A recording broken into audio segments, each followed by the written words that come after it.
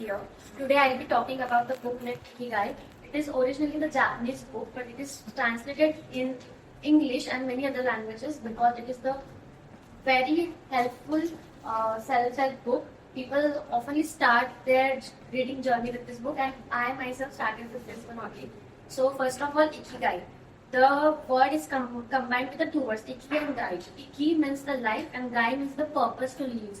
Ikigai is basically the purpose to live for.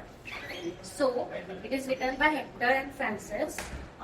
The Ikigai is mainly based on this diagram we all must have seen once in our lives. It says what you are great at, like the purpose you need to find. For that you need to use this diagram. What you are good at, what you can be paid for. Like someone, for example, Virat, he is good at cricket. Yeah. And he gets paid for it, right? And the world needs him. He plays a really great cricket and he loves that. So a combination of what you love and what you're good at is called a passion. And what you're good at and you can be paid for that. Then it's your profession. You cannot miss on a one thing. Like passion is important, but if you are not getting paid for it, then it's not your, like, you're not getting benefit of it. Then the world needs and you get paid for it. It's called the vocation. And what you love and what the world needs is called your mission. So the combination of this four, passion, profession, mission and vocation, is called your Ikigai. So finding your Ikigai sounds like a huge word, but it's very easy. The authors went to Japan and they stayed there. It's an island in Japan. Its name is Okinawa. The people, it is the city in Japan where people live more than 90 years. 90 to 100 plus years. And it's not like they are suffering from like disease. They are living there like happy and healthy.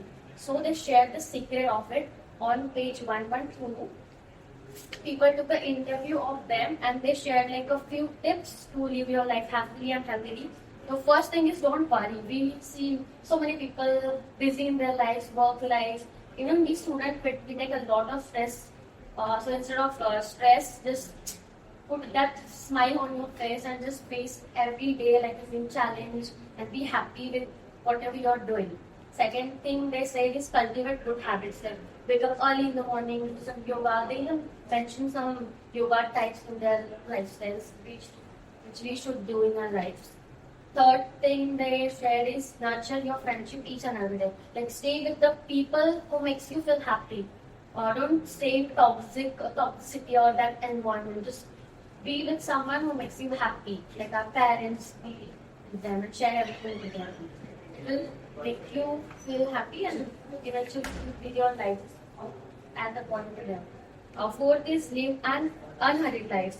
Like we all are living in so fast-paced world. We all try to achieve it so fast. Like we are running on a track and we are not even aware or are we happy with it or not. So take a moment, run slowly, but enjoy each and every second of your life, I say. And the fifth and last one is be optimistic. Like always think positive, no matter how hard the life is sitting on, you just be happy and put that smile on your face and be happy.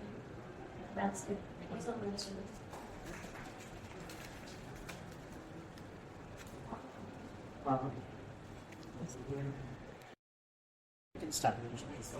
So good afternoon everyone. My name is Preksha Dewoolkar and today I am going to talk about the most simplest and the easiest book I can ever read is The Four Agreements by Don Miguel. It's an amazing book and it is the simplest book, self-help book, which I loved because I have read many self-help books and I think this is the best because it's only 150 pages and it has only four agreements that are very easy, but to implement them in our life, it will take time. So the first agreement by Don Miguel is be impeccable with your words. We know that our words matter a lot. When we say say our words that we don't mean, the other person gets hurt. So this first agreement tells us that to be impeccable with your word. That means that you should say only words that you mean, and this can help you to maintain your relationship in a healthy way and keep you peace in the mind. Second agreement is don't take anything personally. people's action, people's word are their reaction. It is not related to you. And taking unnecessary stress because of it will cause only harm to you, not to the others. So don't take anything personally, and whatever reactions they give to you, it's not about.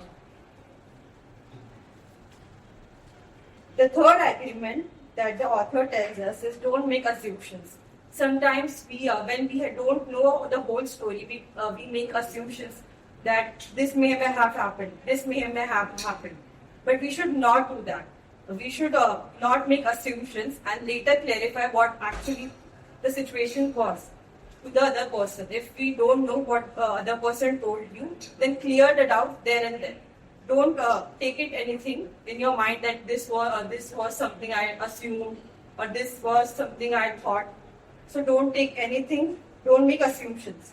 The fourth agreement is always do your best. Sometimes each day there is a chance for us to do something best. So try every time that you will do your best in everything. Like you are doing breaking your old habits, applying your new tasks, do everything your best.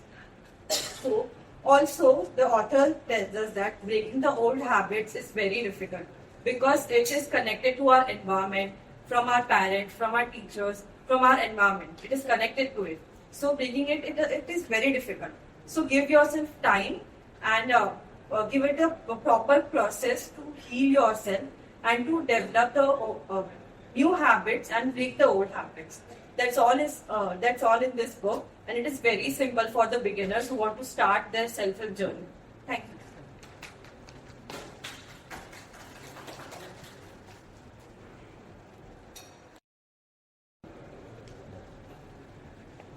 Hello everyone, it is my great pleasure that I have got this chance to share my insights about this book, Good Wife and Good Lives. The book is written by a British author, Vex King. He is himself a mind coach and an entrepreneur. He is a renowned philanthropist and also known for his life-changing inspirational mindset teachings. This book is all about mindset and purpose, and it focuses all on self-love. The author has divided the whole book into 7 chapters. The first chapter is about self-love.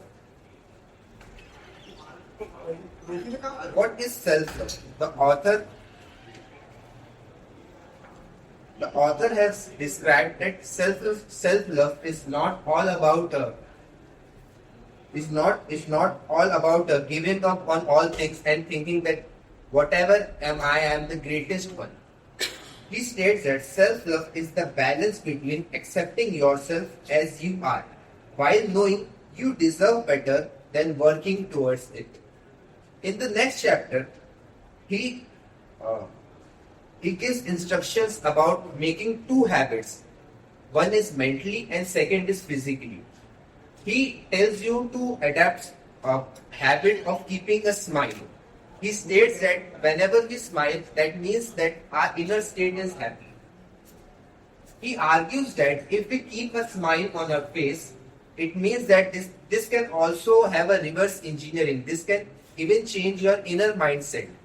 If you keep a smile on your face, this can impact your inner state and make your inner mind happy. In the third chapter, he says to prioritize yourself. He focuses on to dare to leave a toxic job. We usually, whenever we pick up a job, and even if it is toxic and not manageable, we don't tend to leave it because of our sometimes ego and our self-assumed reputation. He tells that you have to leave a toxic job if you are not able to do it. In the fourth part, he tells about accepting yourself. In this chapter, he focuses on appreciating your self-beauty. We often depreciate or insult ourselves in this social world where the social media is so hyped, and even we also compare ourselves with the celebrities who are all about in that field. In the fifth chapter, he tells about manifesting goals and work on mind. In this chapter, he tells to repeat our affirmations. This can help us to again restart and always have the perfect mindset to reach our goal. In the sixth part, he encourages us to take actions. He tells us to deal with our fear and have a faith. In the seventh part, he tells us about pain and purpose. He tells that all the pain you get is for a purpose. Whenever we get pain, it doesn't mean that we don't need to get sad or and we don't have to take a time to give ourselves a space. You should do that. But always remember, each and every pain you get, each and every challenges you get in our life is for a purpose. This book has helped me a lot to have a positive mindset and live happily. This book tells me, from this book I have learned that patience is most important thing to live happily and to achieve my goal. Thank you.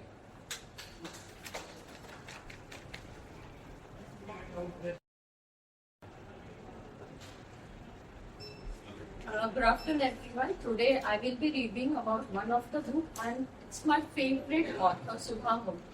There are lots of books based on Subhamurti, but specifically I like Common Yet Uncommon, and one of the books is also House of Cards.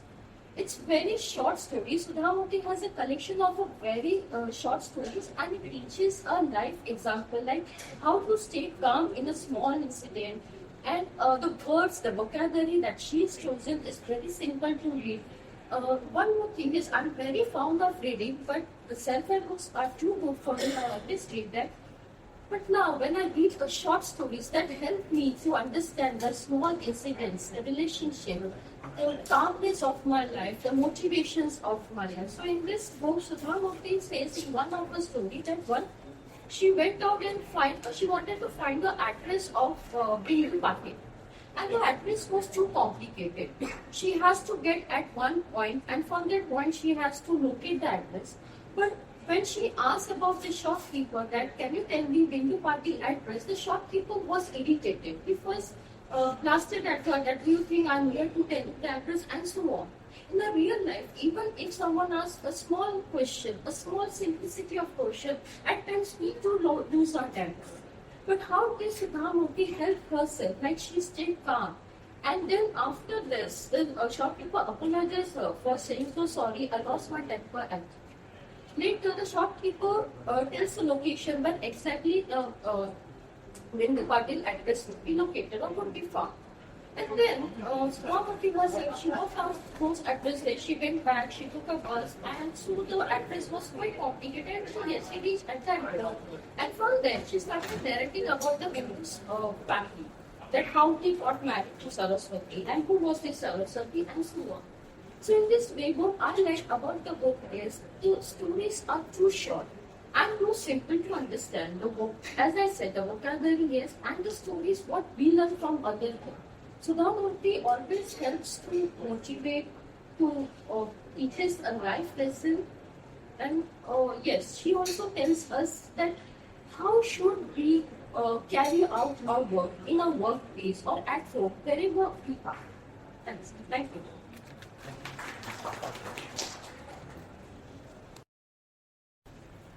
Good morning, friends.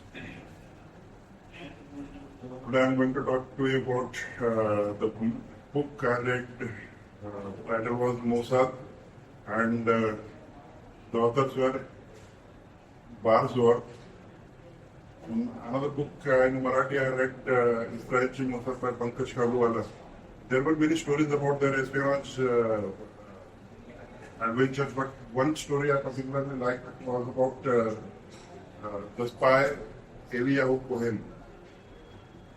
So this his extraordinary endeavors, achievements, etched his name in the field of espionage forever, and he got in the recognition as one of the greatest spies in the world.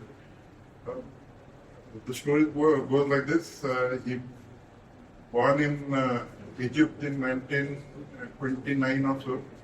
And then his family moved to Israel. where he was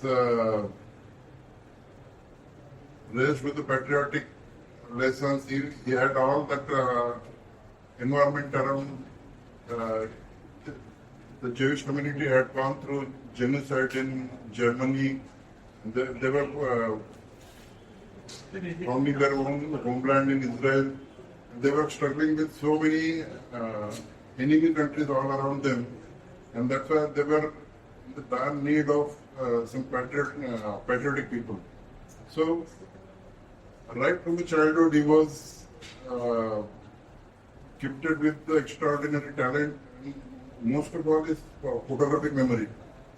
Once he sees anything, he can reproduce the details as it is. His wit, the presence of mind, the command over several languages. Apart from this Hebrew language, he spoke English, Arabic very well, and that's how Mossad spotted him and decided to train him for the espionage. When they were searching for the future spy, the country was suffering with so many attacks by the neighboring countries, killing so many people innocent people in different keyboards or even streets. So when they spotted him, they started training him, and after months of very hard training, he got ready for his first espionage operation. So instead of directly sending him to Syria, it was decided that he will first move to Argentina, and from Argentina he will build his own network, and then he will move to Syria, where he will infiltrate in the government. So he moved to Argentina, and there he stayed with people who were moving from Syria and trying to get established in Argentina. He posed himself as a very rich businessman, Syria-based businessman who never went to Syria himself, but his family base was in Syria. So that's how he tried to mix up with the different people. He tried to host the parties, and that's how he made the contacts. And somehow he came in contact with the elite people from Syria. And then, as a furniture dealer, he tried to establish the contacts with Syrian businessmen and somehow moved to Syria and got an apartment on the rent right in front of the military headquarters. He tried to, he used to throw the lavish parties, try to mingle with the elite people, and very expensive, luxurious lifestyle. He impressed the people and made it into the government in the very high rank of. He had the friendship with very high rank officials, and rather with the government itself. That the vice president at that time in Syria was the best friend of him. He infiltrated the government in such a way that the vice president himself had thought of proposing his name as a deputy defense minister. But then his luck ran out and he got caught. So during his espionage from 1960s to 1965, when he got caught, he had very extraordinary achievement that can be the dream of any spy.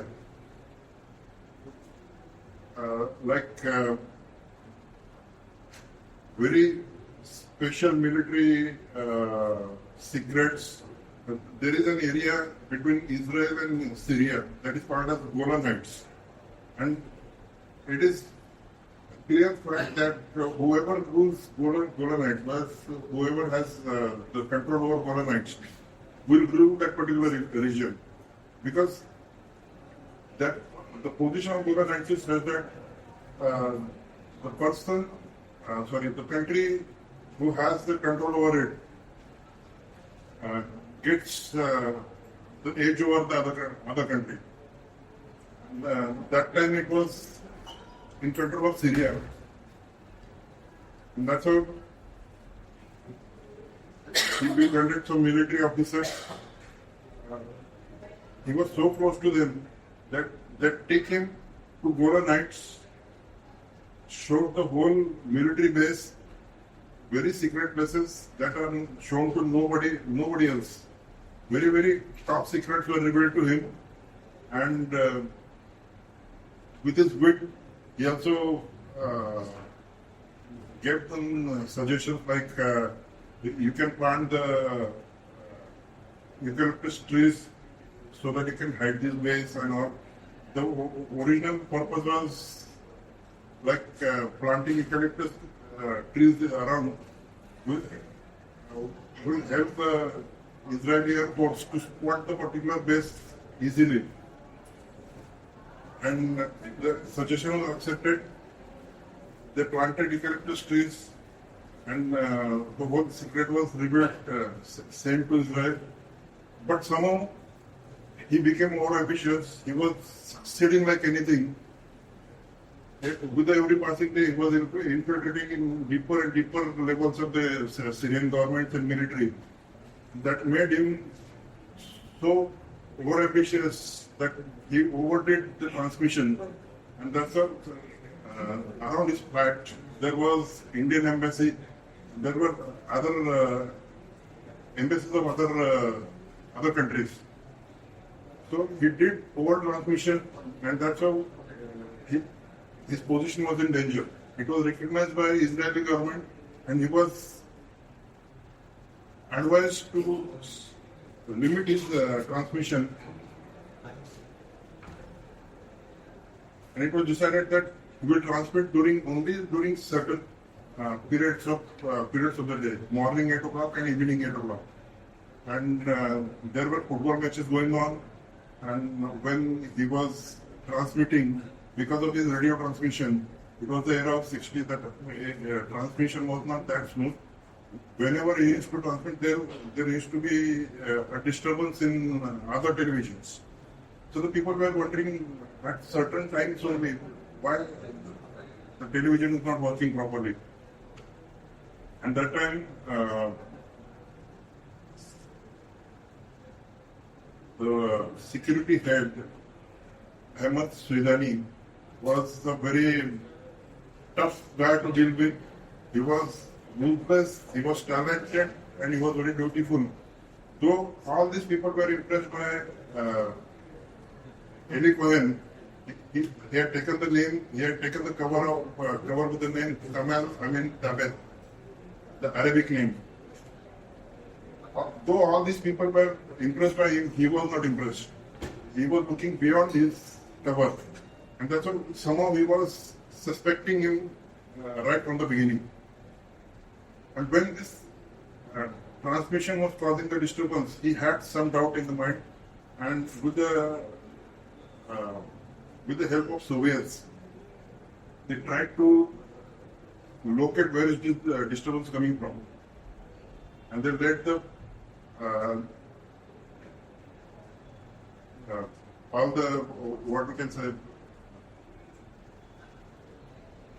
all security measures.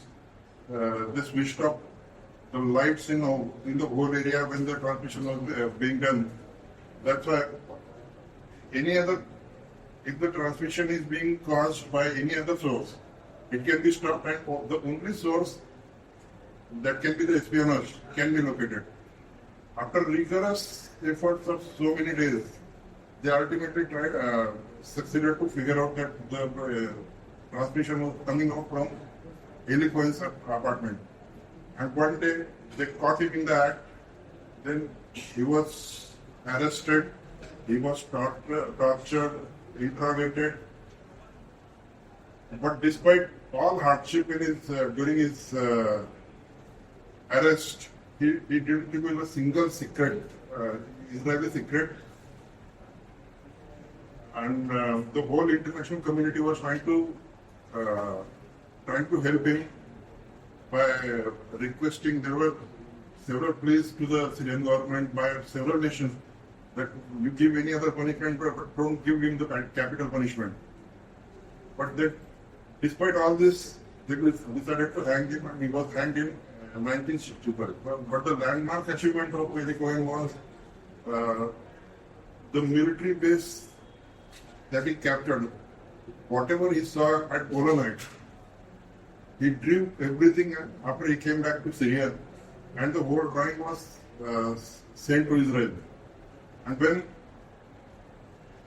Israel had all these secrets, and when he said that I had suggested them to plant the eucalyptus tree so that the military base can be protected and all, that particular identification was looked for. And when in 1967, the war is known as Six-Day War. All 6 countries all of a sudden attacked Israel. Within 6 days only, Israel could defeat all of them single-handedly. And the major success was on Golanites. And it was only because the secrets that were sent to them by Eli Cohen.